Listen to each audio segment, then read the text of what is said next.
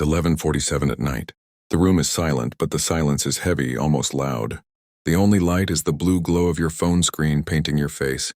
While the fridge hums in the distance like a reminder of time passing, you tell yourself it's just 5 more minutes. Just one more scroll, one more swipe, one more distraction.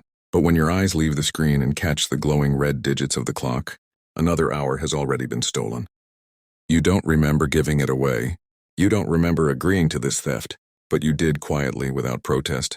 That's how the enemy works, not with force, not with violence, but with silence, with whispers, with tiny choices that seem harmless in the moment. You've felt it before.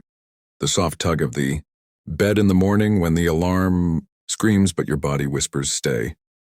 The weight in your chest when you delay the work that matters, telling yourself you'll do it later.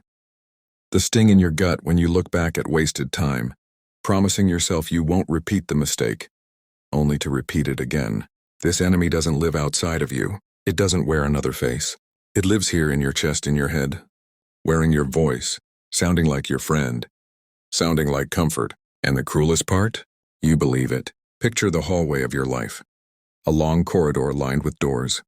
Some cracked open, some glowing faintly, some tall and mysterious. Behind every door waits a version of you, the disciplined you, the courageous you, the fulfilled you, the you who rose when it was painful to rise. But the enemy whispers, "Don't, you're not ready, wait." And so you stand frozen, your hand trembling near the handle, and as you hesitate, the doors slowly close one by one until the hallway grows dark and silent.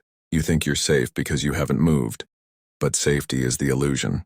In truth, you are losing more than you know. Failure is not your greatest enemy. Failure teaches. Failure scars. Failure screams at you so loudly that you cannot ignore it. But delay kills without sound. Delay buries dreams without leaving a mark. One day becomes 2. 2 becomes a week becomes a year. And then you wake up staring at the mirror, realizing the reflection, staring back, is not who you wanted to be, but who you allowed yourself to become. That's the cost of silence. That's the tax of hesitation. Think of the objects around you. The clock ticking relentlessly, each second like a drop of water eroding a mountain. The mirror that doesn't lie, showing the eyes that know the truth.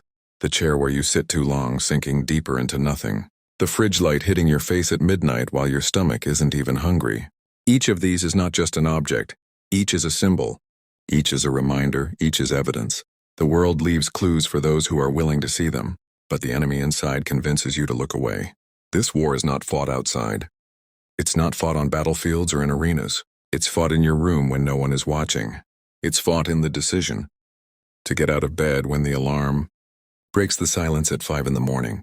It's fought when the screen calls your name, promising pleasure and distraction, and you choose the harder path instead.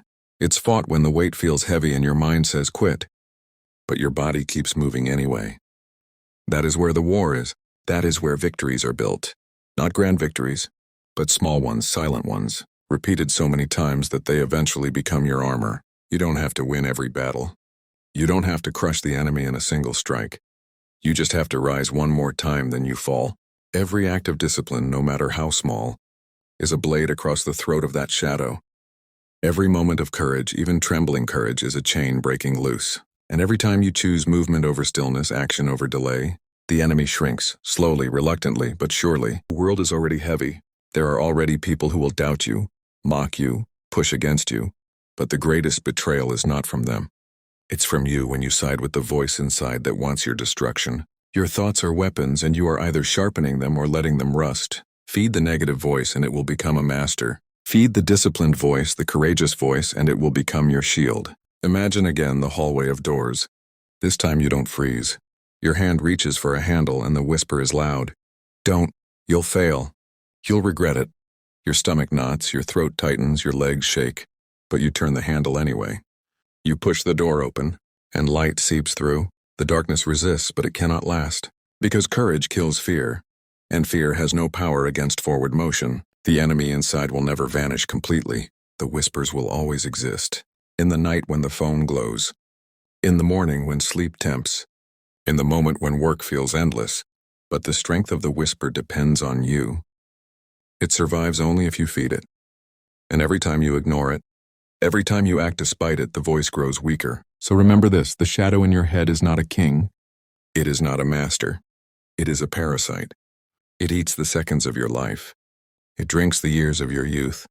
And it survives only when you obey. Starve it with discipline. Starve it with action. Starve it with courage. And watch how quickly it dies. The greatest war you will ever fight is not with the world. It is not with enemies who wear other faces. It is with yourself. With the shadow. With the whisper. But if you fight, if you persist, if you rise again and again despite trembling hands and a weary body, then one day you will stand tall, staring at the reflection in the mirror.